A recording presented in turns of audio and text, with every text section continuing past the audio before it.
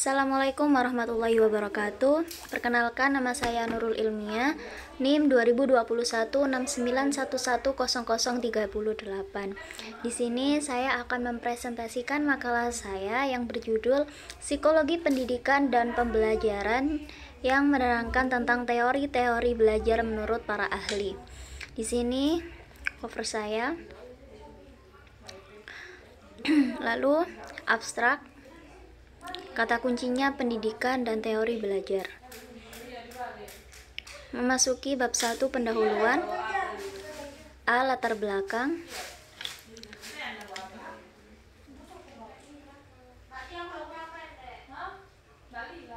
Lalu poin B, rumusan masalah. Poin pertama, apa pengertian belajar? Yang kedua, apa tujuan belajar? Dan untuk rumusan masalah yang ketiga, yaitu apa teori-teori belajar menurut para ahli. Tujuan dari pembuatan makalah ini adalah yang pertama, mahasiswa dapat mengetahui pengertian belajar. Yang kedua, mahasiswa dapat mengetahui tujuan belajar. Dan yang terakhir, mahasiswa dapat mengetahui teori-teori belajar menurut para ahli. Memasuki bab yang kedua, yaitu isi, saya menjelaskan pengertian belajar. Bahwasannya istilah belajar atau learn merupakan suatu kegiatan untuk memperoleh ilmu pengetahuan.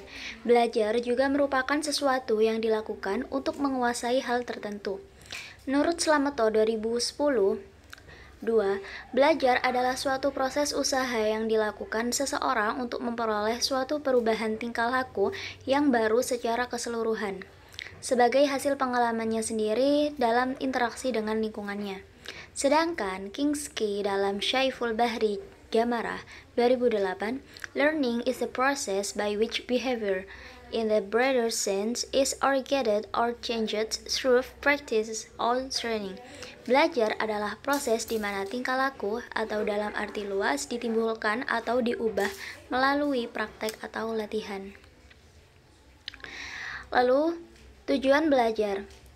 Para ahli mengembangkan sejumlah skema untuk menggolongkan tujuan belajar sebagai berikut, yaitu A. Taksonomi atau tugas-tugas belajar.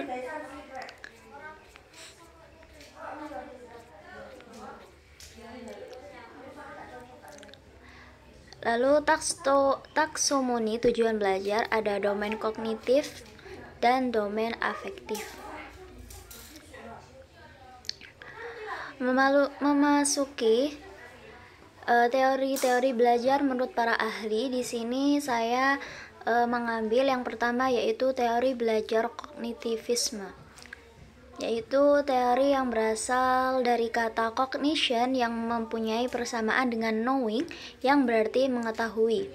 Dalam arti luas, cognition atau kognisi ialah perolehan penataan penggunaan pengetahuan menurut Neisser 1976.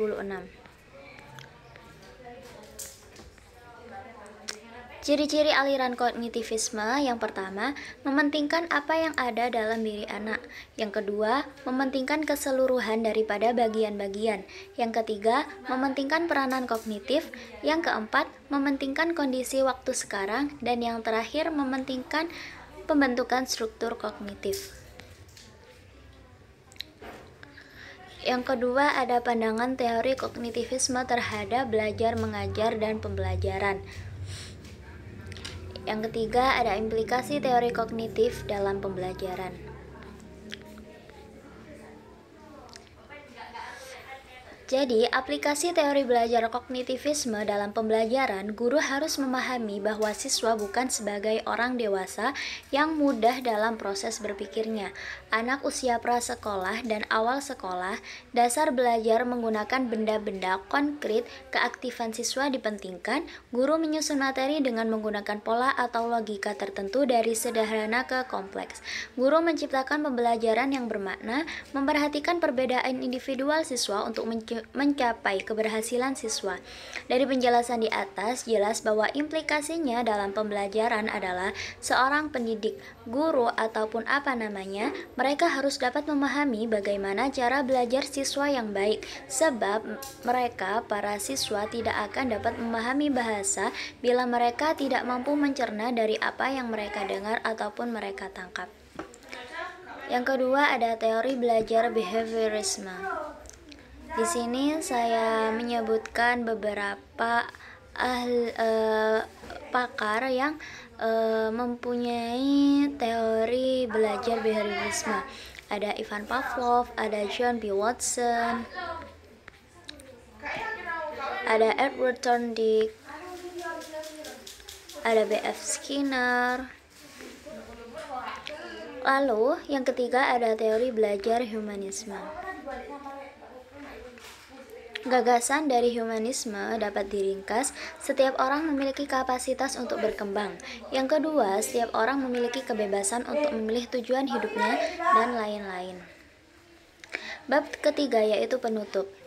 Kesimpulan, pendidikan nasional yang oleh para pendiri Republik Indonesia diletakkan sebagai wahana utama untuk mencerdaskan kehidupan bangsa dalam memajukan sumber daya manusia yang baik. Hasil belajar yang berkualitas tentu diawali dengan pengajar yang berkualitas, pengajar yang mengimplementasikan nilai-nilai belajar yang baik berdasarkan teori-teori ahli psikologi pendidikan dan pembelajaran lebihnya. Untuk itu, perlu adanya usaha untuk mensosialisasikan teori-teori belajar dan pembelajaran kepada pengajar sebelum mereka mengajar murid. Daftar pusaka ada 6 yang saya ambil untuk